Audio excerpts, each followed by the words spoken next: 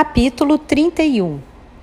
Pouco depois da 1 da tarde, levo o café recém-coado para o escritório no andar superior. Encontro a porta aberta, como sempre. A senhora Saeki está à janela contemplando a paisagem externa.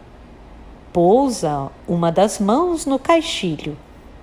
Parece absorta em pensamentos. Com a outra mão, revira um botão da blusa em gesto provavelmente inconsciente. Não vejo caneta nem papel sobre a escrivaninha. Deposito a xícara de café sobre o tampo da mesa. Fina camada de nuvem cobre o firmamento e não há pássaros cantando nesta manhã. Ao me ver, a senhora Saeki desperta do devaneio repentinamente. Ela se afasta da janela, volta para a cadeira diante da escrivaninha e toma um gole do café.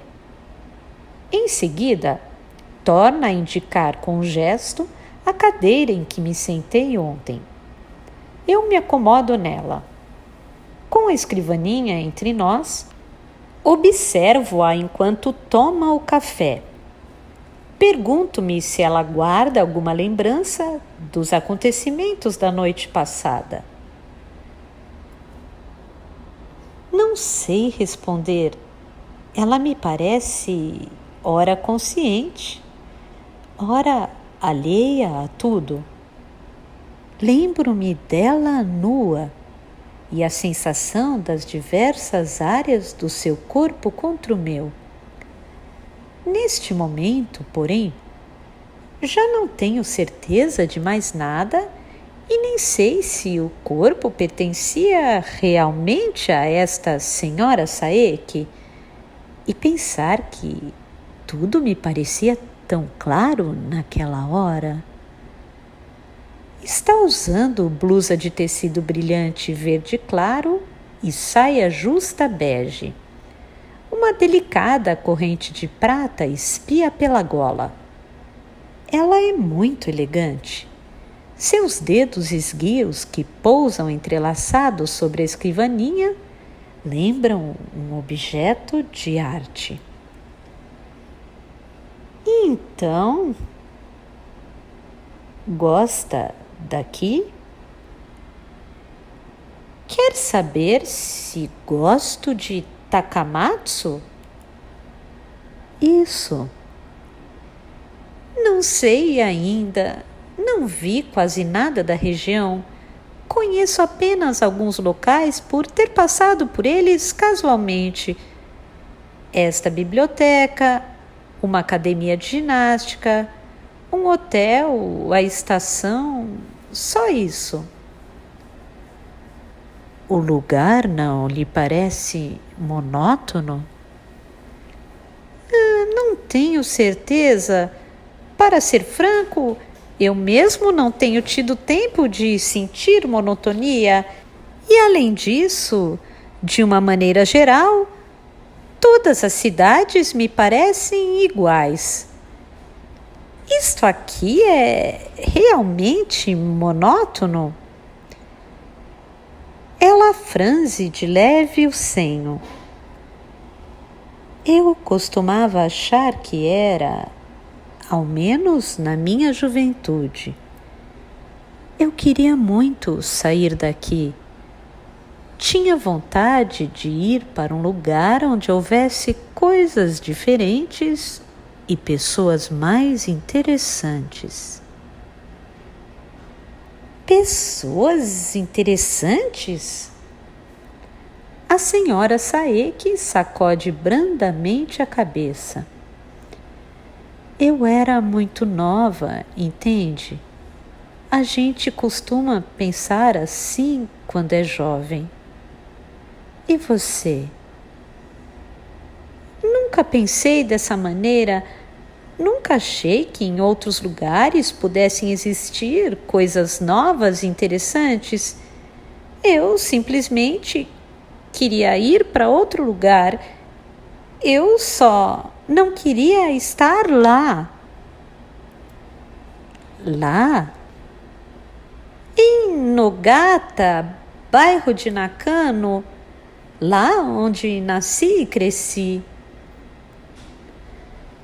Algo parece se mover no fundo do olhar dela quando menciono minha cidade natal, mas não tenho certeza.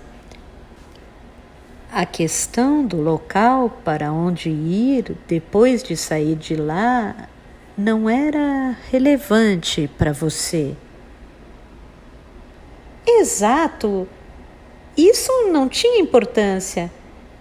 Eu apenas achei que arruinaria a minha vida caso não saísse de lá e por isso fugi. Ela examina as próprias mãos pousadas sobre o tampo da escrivaninha. Seu olhar é objetivo. Depois diz com serenidade: eu também pensava assim na época em que saí daqui e tinha 20 anos de idade. Achava que precisava fazer isso ou não sobreviveria. Fui embora acreditando que nunca mais poria os pés nessa terra. E, realmente, jamais me passou pela cabeça voltar. Mas muita coisa aconteceu e, no final, vi-me forçada a isso, a um retorno ao ponto de partida, a um começar tudo de novo. A senhora Saeki se volta e olha pela janela aberta. As nuvens que velam o céu têm tonalidade uniforme. Não há vento. Tudo que meu olhar abarca parece estático, como se fizesse parte de um pano de fundo em tomada cinematográfica. Coisas inesperadas acontecem na vida das pessoas. Está querendo me dizer que, sendo assim, eu também posso voltar ao meu ponto de partida algum dia? Disso não sei, claro, porque a vida é sua e também porque isso provavelmente acontecerá num futuro distante. Mas acho que o local onde se nasce e se morre é realmente muito importante para uma pessoa. Você não pode escolher o lugar onde nasce, é óbvio. Já o lugar para morrer você pode, até certo ponto, escolher. Com o rosto ainda voltado para a janela, ela continuou a falar mansamente, como se conversasse com alguém que imagina estar lá fora. Então, algo parece lhe ocorrer de súbito e ela se volta para mim de chofre. Por que é que estou lhe fazendo tantas confidências? Porque nada tem a ver com este lugar e porque uma grande diferença de idade nos separa. Pode ser. O silêncio se abate sobre a sala por um breve instante.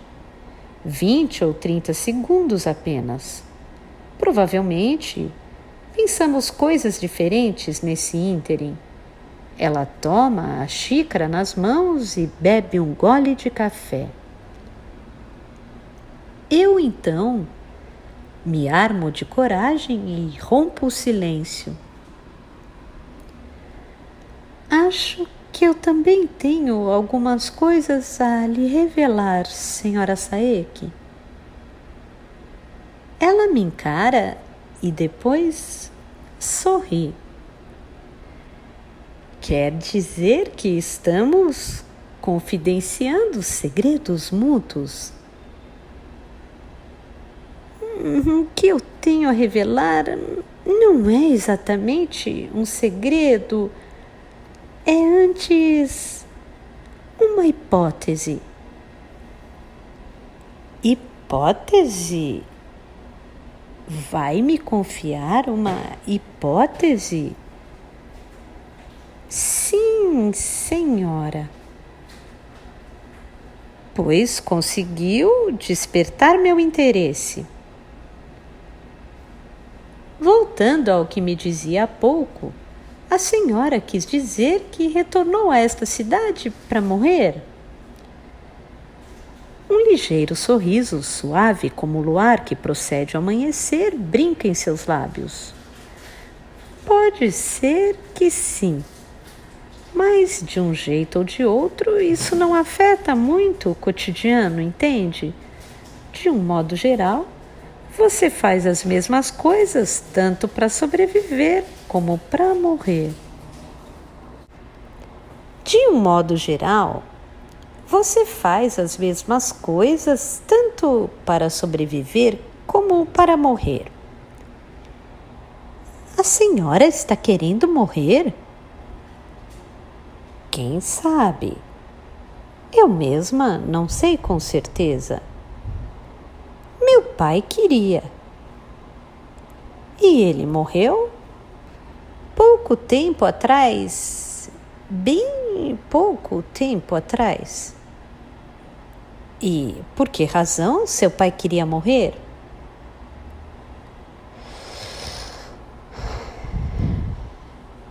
Vim pensando nisso estes anos todos sem nunca entender. Mas agora sei. Cheguei a este lugar e finalmente compreendi. Como assim? Creio que meu pai amava a senhora e, apesar de ter feito tudo o que lhe foi possível, não conseguiu que a senhora voltasse para ele. Ou melhor, acho que ele nunca a teve de verdade. Meu pai sabia disso e por isso quis morrer. Acima de tudo, desejou que eu, filho dele, aliás, também seu, senhora Saeki, o matasse com minhas próprias mãos. Além disso, desejou que eu tivesse relações sexuais com a senhora e com a minha irmã. Isso é uma profecia e, ao mesmo tempo, uma maldição que meu pai me legou. Ele as programou em mim. A senhora Saeki devolve ao Pires a xícara de um café que tinha nas mãos. O Pires produz um estalido seco de natureza neutra. Ela me encara, mas não está me vendo. Seu olhar se fixa no vazio de um local ignorado. Será que eu conheço seu pai? O Pires produz um estalido seco de natureza neutra. Ela me encara, mas não está me vendo. Seu olhar se fixa no vazio de um local ignorado. Será que eu conheço seu pai? Sacudo a cabeça. Conforme lhe disse há pouco, isto é apenas uma hipótese. Ela descansa as mãos sobrepostas no tampo da escrivaninha. Há ainda um resto de sorriso brincando em seus lábios. E de acordo com essa hipótese, sou sua mãe.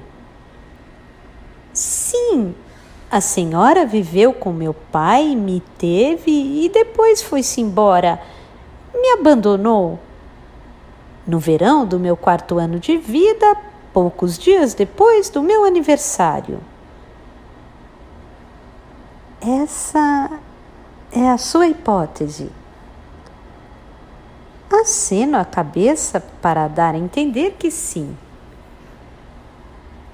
Foi por isso que me perguntou ontem se eu tinha filhos? Aceno de novo. E eu lhe disse que não podia responder à sua pergunta, que não podia dizer nem sim nem não. Sim, senhora. De modo que sua hipótese continua funcionando como simples hipótese. Torno a acenar. Continua. Nesse caso, prossigamos. Então, como foi que seu pai morreu? Alguém o matou. Alguém que não você, certo? Eu não o matei. Não fui eu quem cometeu o crime.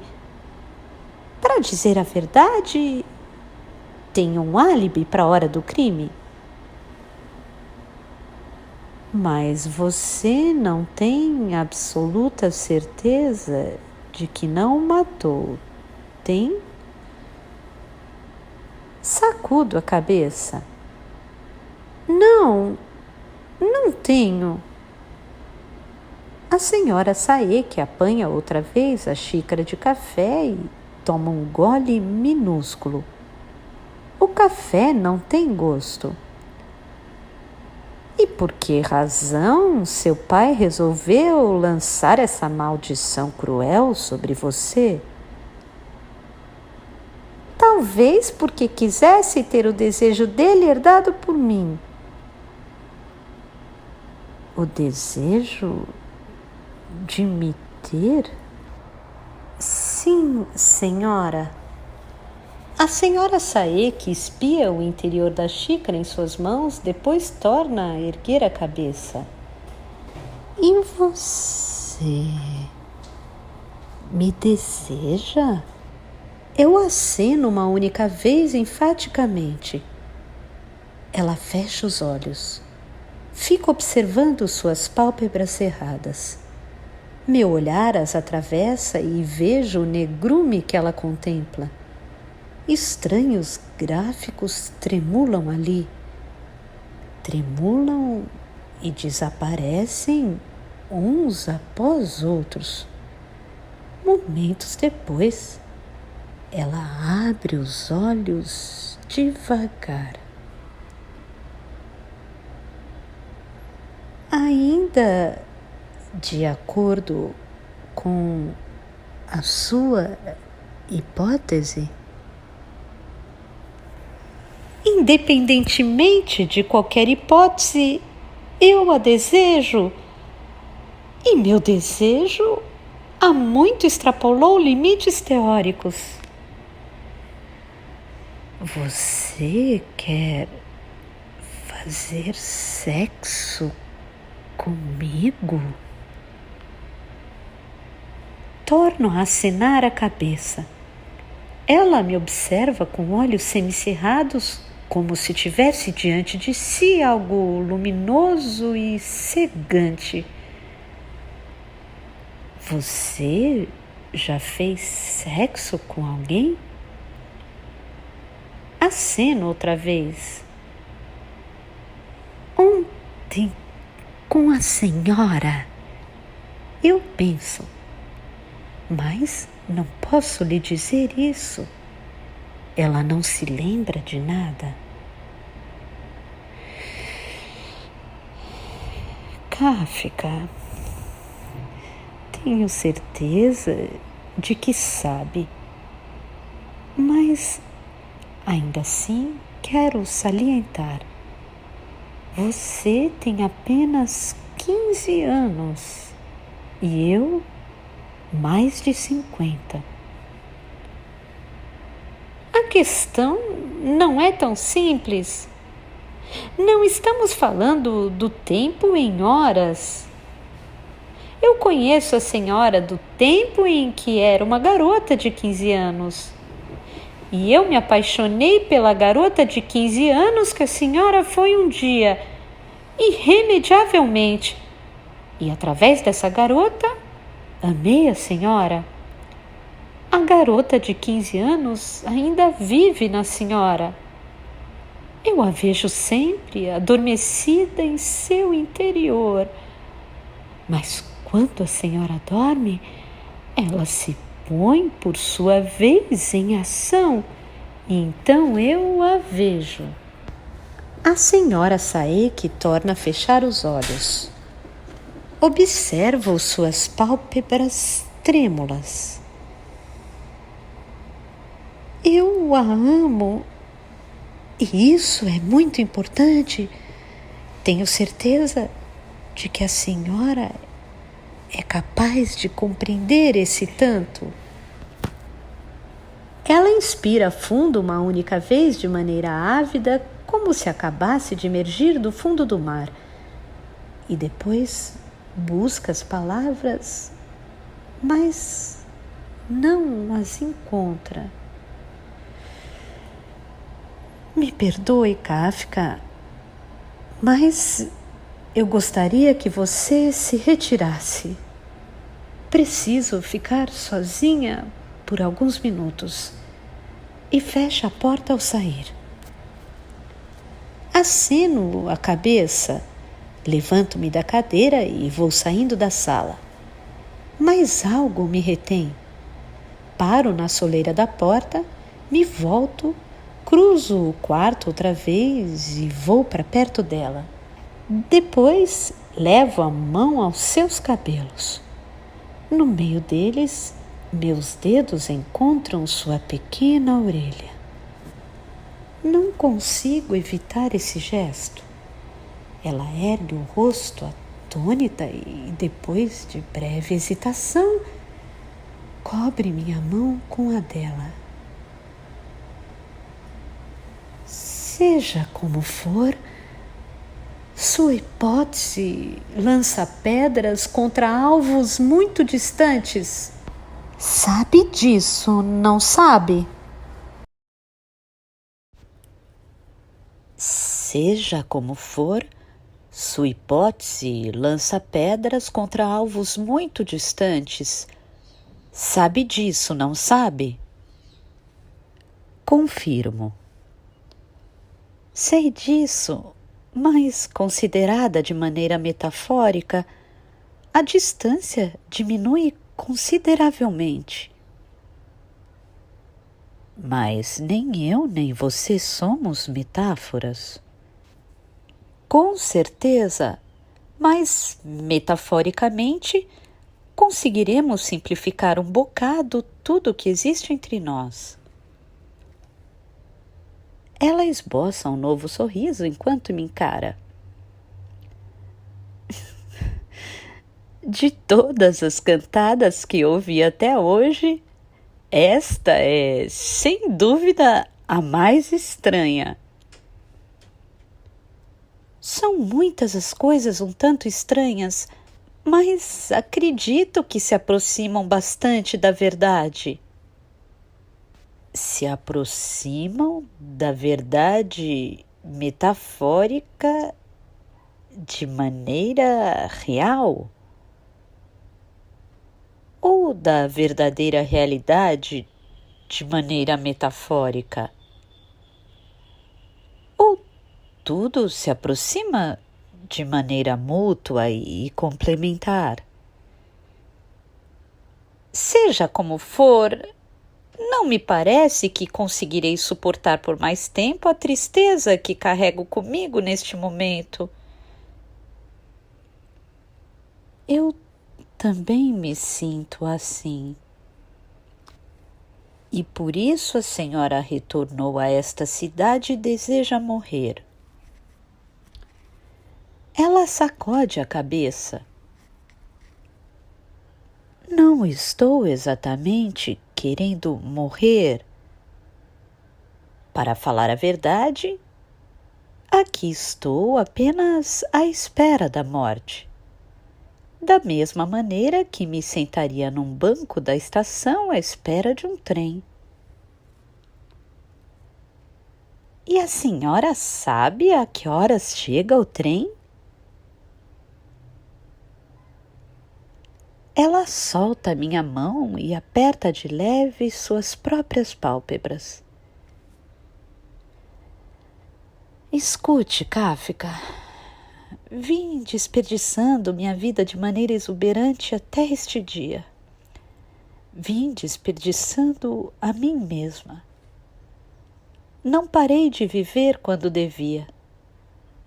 Eu sabia que viver não fazia mais sentido, mas ainda assim não consegui parar. Não sei bem por quê. Por causa disso.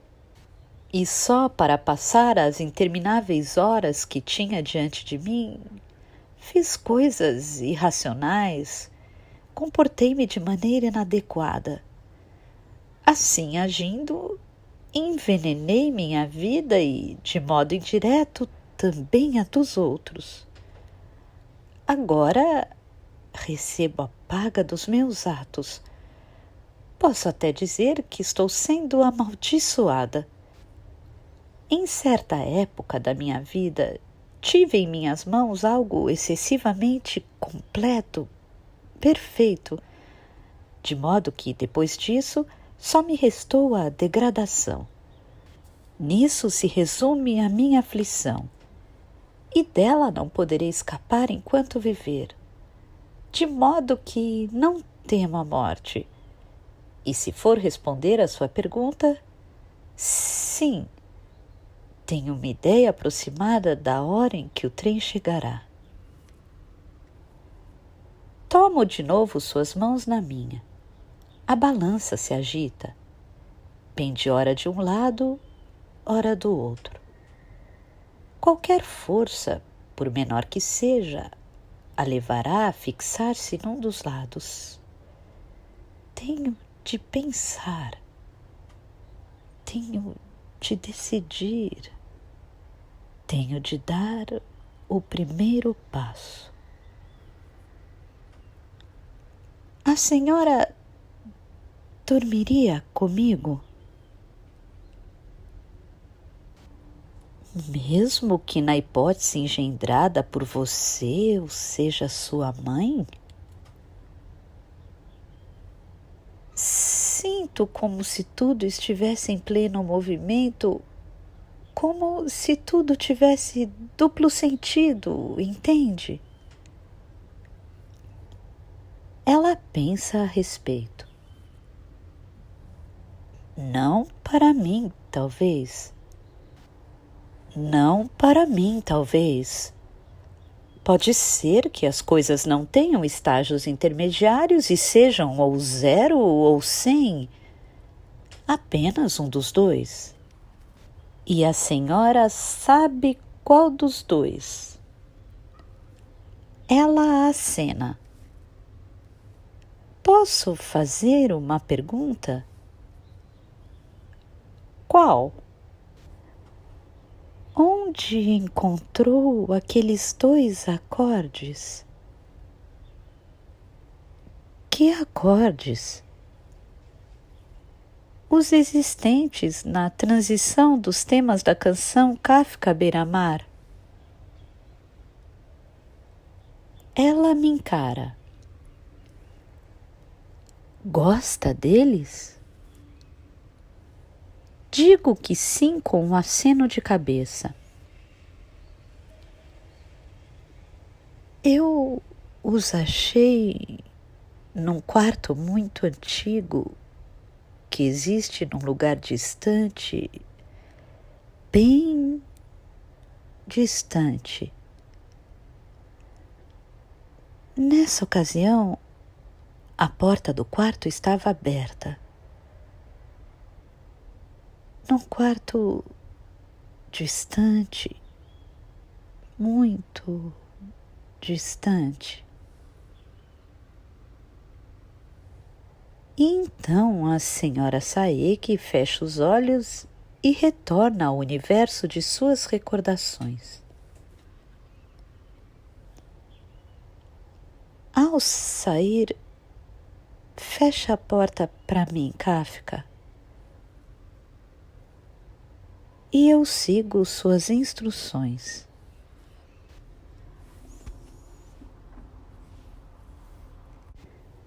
Exato, diz Oshima espetando o garfo no ar. É uma metáfora, claro. Pouco depois das 9 da noite, a senhora Saeki surge em meu quarto. Sentado numa cadeira, eu li um livro quando ouvi o ronco do Volkswagen no estacionamento e, segundos depois, o ruído de uma porta de carro batendo. Pés calçados em sapatos com solado de borracha cruzam a área e logo ouço as batidas na porta. Abro a porta e vejo a senhora Saeki em pé diante de mim. Hoje ela está bem desperta. Veste blusa de algodão listrada e calça jeans azul de tecido fino. Docksiders brancos. Esta é a primeira vez que a vejo de calças compridas. Um quarto repleto de lembranças saudosas, diz ela. Depois, para diante do quadro na parede e o contempla. Em um quadro repleto de lembranças saudosas. Tenho a impressão de que a cena representada nesse quadro fica nestas redondezas. Digo, gosta de pintura? Digo que sim, com um movimento de cabeça. Quem o pintou? Pergunto. Um jovem pintor que esteve hospedado com os Komura no verão daquele ano. O artista nem era muito famoso, ao menos naquela época, de modo que até já esqueci como se chamava. Mas era um bom homem e acho que este quadro está muito bem feito.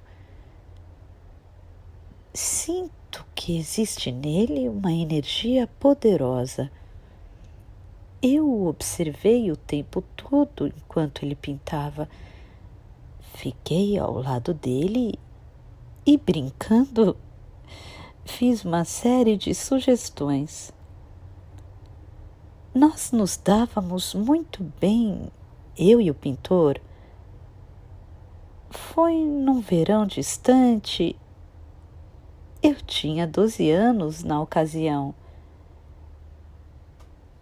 E o garoto que aparece no quadro também tinha 12 anos. Me parece que esta praia fica nestas cercanias. Venha, diz ela. Eu o levo até lá. Vamos passear um pouco. Ando com ela até a praia. Atravessamos o pinheiral e fazemos um passeio noturno à beira-mar. As nuvens se partem e a metade da lua que espia pela abertura ilumina as ondas. Pequenas, elas se erguem e se quebram de maneira quase imperceptível. A senhora Saeki se senta numa área arenosa. Eu me sento ao lado dela. A areia ainda guarda um resto de quentura. Do local onde se acomodou, ela calcula o ângulo e aponta um pedaço da praia. Foi ali. O quadro foi pintado a partir deste ângulo. O pintor ajeitou uma cadeira de praia ali e fez o garoto se sentar nela. E armou um cavalete mais ou menos por aqui. Eu me lembro bem. A posição da ilha coincide com a do quadro, não coincide?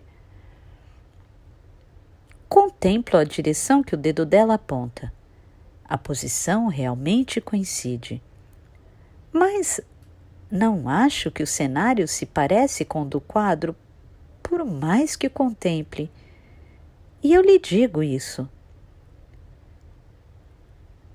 Está tudo completamente mudado, diz a senhora Saeki.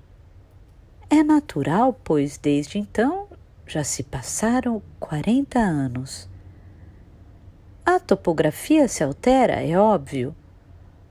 Ondas, ventos, tufões, muitos fenômenos alteram a linha litorânea. Levam areia embora, trazem areia de volta, mas não há possibilidade de estar errado. É este o lugar. Eu me lembro nitidamente dos acontecimentos e no verão daquele ano menstruei pela primeira vez. Calados, contemplamos a paisagem. As nuvens se deformam e perturbam o luar. O vento percorre o pinheiral de vez em quando e produz um ruído que lembra o de muitas pessoas varrendo o chão. Apanha um punhado de areia e o deixa escorrer lentamente por entre os dedos. Como um tempo perdido, a areia cai e se mistura com a do solo. Repito o gesto incessantemente. Em que pensa? Perguntou a senhora Saeki. Em ir à Espanha. E o que faria lá? Comeria uma paella maravilhosa. Só isso? E tomaria parte da Guerra Civil Espanhola. Mas ela terminou há mais de 60 anos. Sei disso. Lorca morreu e Hemingway sobreviveu. Ainda assim você quer fazer parte da guerra? Confirmo. Vou explodir uma ponte. E depois se apaixonar por Ingrid Bergman. Mas na realidade estou em Takamatsu e me apaixonei pela senhora. Dura realidade. Passa o braço por seus ombros. Você passa o braço pelos ombros dela. Ela se apoia em você e um longo tempo se passa. Sabe de uma coisa? Há muitos anos fiz exatamente a mesma coisa que estou fazendo agora. Exatamente no mesmo lugar. Sei disso. Você diz. Como assim? Ela pergunta e espia o seu rosto. Porque nessa ocasião eu estava nesse lugar. Explodindo uma ponte? Explodindo uma ponte. Metaforicamente. Claro! Você passa os dois braços em torno dela, a atrai a si e a beija. Sente que o corpo dela amolece de encontro ao seu peito. Estamos todos sonhando, diz a senhora Saeki. Estamos todos sonhando. Por que você teve que morrer? Não pude evitar. Você responde. Você e senhora Saeki andam pela praia e voltam à biblioteca. Depois, apagam a luz do quarto, fecham a cortina e se abraçam na cama silenciosamente e repetem as mesmas coisas de ontem quase do mesmo jeito. Duas coisas, porém, diferem. Depois do sexo, ela chora. Esta é uma das coisas diferentes. Ela enterra o rosto no travesseiro e chora longamente em silêncio. Você não sabe o que fazer. Você põe a mão sobre os ombros nus, pensa que tem de dizer alguma coisa, mas nada lhe ocorre. As palavras estão mortas no côncavo das horas, jazem no fundo do lago escuro da cratera do vulcão. E depois, no momento em que ela se vai, você ouve o ruído do motor do Volkswagen dela ecoando no estacionamento. Esta é a segunda coisa diferente. Ela aciona o motor, desliga, deixa um tempo passar como se estivesse perdida em pensamentos, aciona novamente o motor e então se vai. E os minutos que se passaram entre o momento em que ela desligou o motor e o religou deixam você bastante triste. A lacuna silenciosa penetra em seu coração como névoa marítima e ali permanece por longo tempo. E depois, finalmente, se integra a você. Depois que ela se foi, o que restou foi um travesseiro molhado de lágrimas. Com a mão posta sobre a área levemente úmida, você contempla pela janela o céu branqueando aos poucos e ouve um corvo crocitando na distância. A terra continua a girar de maneira lenta, mas, independentemente disso, todos vivem num sonho.